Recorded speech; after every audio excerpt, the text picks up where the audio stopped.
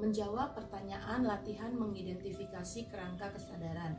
Pertanyaan pertama, apa kesulitan yang dihadapi? Kesulitan yang dihadapi masih sama, yaitu memikirkan jawaban dari setiap pertanyaan, karena pertanyaannya jawabannya bisa saling tumpang tindih. Maksudnya mungkin sudah dijawab, ditanya lagi, dijawab lagi, seperti itu. Kemudian pertanyaan nomor 8 dan 9. Pertanyaan nomor 8 itu mengapa penting, kemudian pertanyaan 9 mengapa perlu dicapai, seperti itu. Bisa saja jawabannya sama gitu.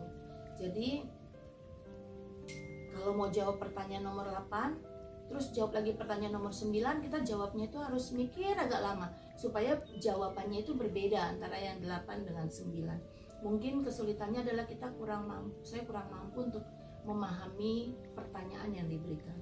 Kemudian apa keberhasilan yang diperoleh? Keberhasilan yang diperoleh adalah tidak mengalami kesulitan karena pertanyaannya sudah disediakan, jadi tinggal membaca saja. Kemudian keberhasilan yang lain,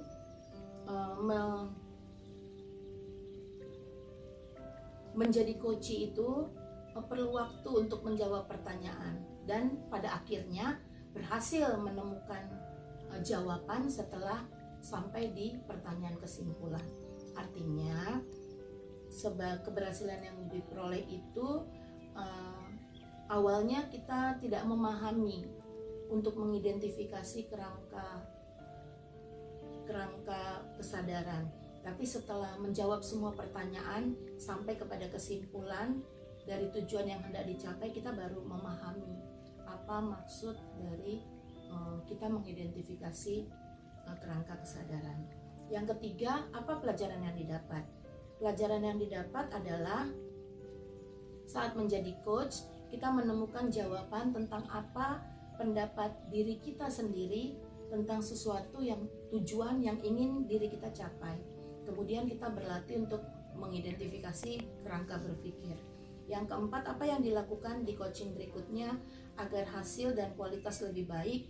Mendengarkan teori berulang-ulang dan mengikuti Senin Merindu supaya semakin memahami bagaimana menjadi seorang coach dan coachee, dan sehingga proses coaching bisa berjalan dengan baik. Terima kasih.